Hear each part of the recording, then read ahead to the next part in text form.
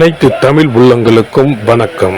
நாம் இந்த பதிவில் 2024ஆம் ஆண்டின் 11வது மாதமான மாசி மாதத்தின் 12 ராசிகளின் பலன்களையும் அதற்கான பரிகாரங்கள் என்னென்ன என்பதையும் இந்த பதிவில் விரிவாக காண்போம்.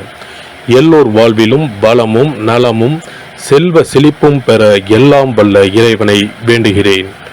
வாழ்க வளமுடன். நிகழும் ஸ்ரீ மங்களகரமான தமிழ் வருடம் சோபகிருது 2024ஆம் ஆண்டு மாசி மாதம் 13/2/2024 செவ்வாய்க்கிழமை அன்று வளர்பிறை சதுர்த்தி திதியில் புத்திரட்டாதி நட்சத்திரத்தில் அமிர்த யோகம் சதுர்த்தி விரதம் கூடிய நன்னாளில் இந்த மகத்தான மாசி மாதம் பிறக்கின்றது. மாத தொடக்கத்தில் மாசி மாத கிரக நிலைகளை ஆராய்ந்து பார்க்கும்போது மேச ராசியில் குரு பகவானும், கன்னி ராசியில் கேது பகவானும், மகர ராசியில் செவ்வாய், புதன் மற்றும் சுக்கிர பகவானும் சஞ்சரிக்கின்றனர். கும்ப ராசியில் சனி பகவானுடன் சேர்ந்து சூரிய பகவானும் சஞ்சரிக்கின்றனர். மீன ராசியில் ராகு பகவான் சஞ்சரிக்கின்றார். தமிழ் மாதங்களில் 11வது மாதமான மாசி மாதம் இது வழிபாட்டிற்கு உரிய மாதமாகும். சூரியன் கும்பராசியில் பயணம் செய்வதால் இந்த மாதத்தினை கும்ப மாதம் என்றும் அழைப்பார்கள். சூரிய பகவான் பிப்ரவரி 13 அன்று மகர ராசியில் இருந்து கும்பராசிக்கு பயிற்சியாகின்றார். மாசி மகம் வருடத்திற்கு ஒரு முறை வீதம் மட்டுமே வரும். அதாவது மாசி தமிழ் மாதத்தில் மகம் நட்சத்திரத்தில் எப்போது பௌர்ணமி வருகிறதோ அன்றைய தினம் மாசி மகம் ஆகும். 12 வருடங்களுக்கு ஒரு முறை வருகின்றதை மகா மாசி மகம் தினம் என்று அழைக்கிறோம். இது கும்பகோணம் கும்பேஸ்வரர் கோவிலில் வெகு விமர்சையாக நடைபெறும். அதேபோல் திருக்கோஷ்டியூர் பெருமாள் கோவிலிலும் இந்த திருவிழாக்கள் வருடத்தில் ஒரு முறை வருகிற மாசி மகத்தில் நடைபெறும். இந்த நாள் எதற்காக நாம் கொண்டாடுகிறோம் என்றால், நமது பாவங்களை போக்கவும், பித்ருக்களை வேண்டுவதற்கும், தோஷங்களை போக்கவும் மற்றும் மகப்பேறு கிடைக்கவும் நாம் கொண்டாடுகின்றோம். அனைத்து வருடங்களிலும் ஒரே மாதிரி தேதிகள் வராது. வருடா வருடம் தேதிகள் மாறும். கங்கை, காவிரி போன்ற நதிக்கரைகளில் புனித நீராடி நாம் முன்பின் செய்த பாவங்களை போக்கலாம்.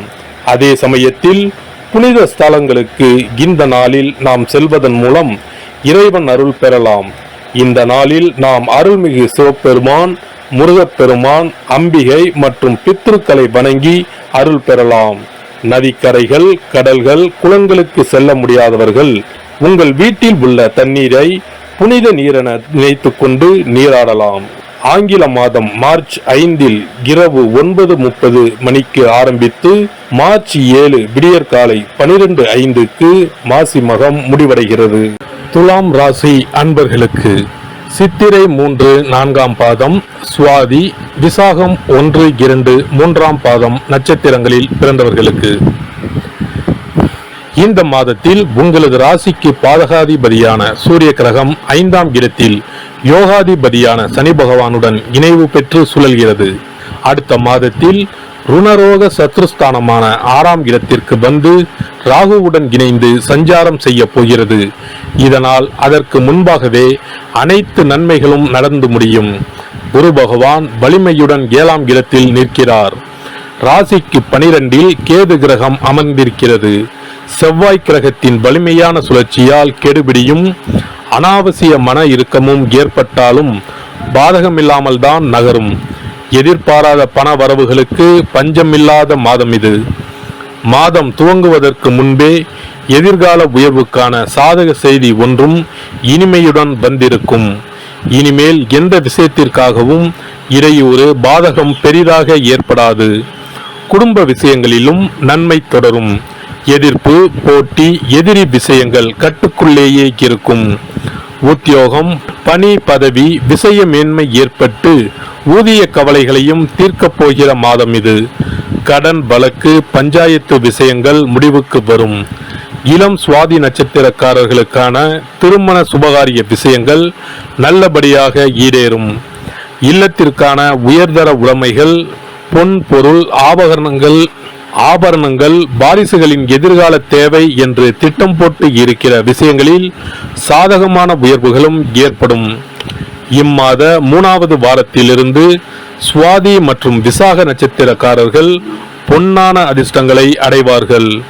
இம்மாத சனி மற்றும் வெள்ளி செவ்வாய்க்கிழமைகளில் ஆச்சரியப்படுகிற உயர்வுகள் உண்டாகும். தொழில், வியாபார, நிர்வாக, பட்ஜெட் விஷயங்கள் இம்மாத 11ஆம் தினத்திற்கு பிறகு லாப வரவுகளை கொடுக்கப் போகிறது. இம்மாத 5, 13, 17, 25வது தினங்களில் நெடுங்கால ஆசை திட்டங்களை பூர்த்தி செய்து கொள்ளலாம். மிகப்பெரிய சந்தோஷங்களை கொடுக்கப் போகிறது. உயர்கல்விக்கான ஒத்துழைப்புகள் குடும்பத்தார் மூலம் உண்டாகும். எல்லாவித முயற்சிகளுக்கும் லாபம் கிடைக்கும். சொந்த தொழிலில் ஈடுபட போகிறீர்கள். பெரிய பதவி, பொறுப்பு வாய்க்கப் போகிறது. வியாபாரிகளுக்கு சென்ற சுமார் 1 வருடத்திற்கு மேலாகவே பின்னடைவையே கண்டு வந்த இத்துறையினருக்கு உலகளாவிய சந்தை நிலவரம் மிகவும் அனுகூலமாக மாறி வருகிறது. இந்த மாதம் நம்பிக்கை ஊட்டும் மாதமாகும். மேலை நாடுகளில் உலக பிரசித்தி பெற்ற உற்பத்தியாளர்களுக்கு சமமாக தரத்தில் உயர்ந்து வரும் இந்திய பொருட்களுக்கு உலக சந்தையில் நல்ல வரவேற்பு இருக்க உள்ளதை இப்போதே கிரக நிலைகள் எடுத்து காட்டுகின்றன. இது உங்களுக்கு ஒரு அரிய சந்தர்ப்பம், பயன்படுத்திக் கொள்ளுங்கள். கலைஞர்களுக்கு பல மாதங்களுக்கு பிறகு முதன்முறையாக கிரக நிலைகள் உங்களுக்கு சாதகமாக மாறி வருகின்றன. அரசியல் துறையினருக்கு புதிய வாய்ப்புகள் தேடி வரும். வருமானம் உயரும். ஆடம்பர வசதிகள் மீண்டும் கிட்டும். வரவேண்டிய பாக்கிகளில் ஓர் பங்கு கிடைத்துவிடும். மக்களிடையே மறுபடியும் புகழ் ஓங்கும். அரசியல் தொடர்புகள் ஆதாயம் தரும். மாணவர்களுக்கு சென்ற மாதம் ஏற்பட்ட நன்மைகளை இம்மாதம் எதிர்பார்க்க இயலாது. புத்தகத்தை எடுத்தாலே உறக்கம் வரும். சோர்வு அதிகரிக்கும். சேர்ந்தாற்போல சில மணி நேரம் கூட படிக்க இயலாமல் இடையூறுகள் ஏற்படும். விவசாயிகளுக்கு வயல் பணிகளில் கவனம் குறையும். கால்நடைகளினால் பண விரயம் ஆகும். அண்டை நிலத்தாரோடு பகை உணர்ச்சி மேலிடும். மருத்துவ செலவுகள் ஏற்பட்டாலும் சமாளித்து விடுவீர்கள். பரிகாரம்: இம்மாத பிரதி சனிக்கிழமை ராகு கால வேளையில் ஸ்ரீ கால பைரவருக்கு உங்களது வயது எண்ணிக்கையில் மிளகு முடிச்சு தீபமேற்றி வழிபடவும். தொடர்ந்து நவக்கிரக சனீஸ்வரரையும் வழிபடவும். சிறப்பு பரிகாரங்கள்: வருமானத்தை பெருக்குவதற்கு வருமானம் வந்ததும் அல்லது சம்பளம் வாங்கியதும் அந்த தொகையில் 1% தொகையை தனியாக எடுத்து வைத்து விடுங்கள். அந்த பணத்தில் பாலால் செய்த இனிப்பு வகைகள், வாயில் போட்டாலே தித்திப்புடன் எளிதில் கரைந்து வாயிற்குள் போய்விடக்கூடிய இனிப்பு வகைகளை வாங்கி ஆதரவற்றோர், சாலையோர பணியாளர்கள், தூய்மை பணி செய்வோர், ஆதரவற்ற நிலையில் வறுமையில் வாடும் குழந்தைகள் மற்றும் தொழிலாளர்களுக்கு கொடுங்கள். மகிழ்ச்சியுடன் உங்கள் கைகளால் இனிப்புகளை கொடுங்கள். இப்படி செய்வதால் சனி சுக்கிர யோகம் உண்டாகும். இதனால் வருமானம் பெருகுவதுடன் கையில் பணம் சேர்ந்து கொண்டே இருக்கும். வருமானத்திற்கு தடையோ பஞ்சமோ வராது. ஏதாவது ஒரு வகையில் பணம் வந்து கொண்டே இருக்கும்.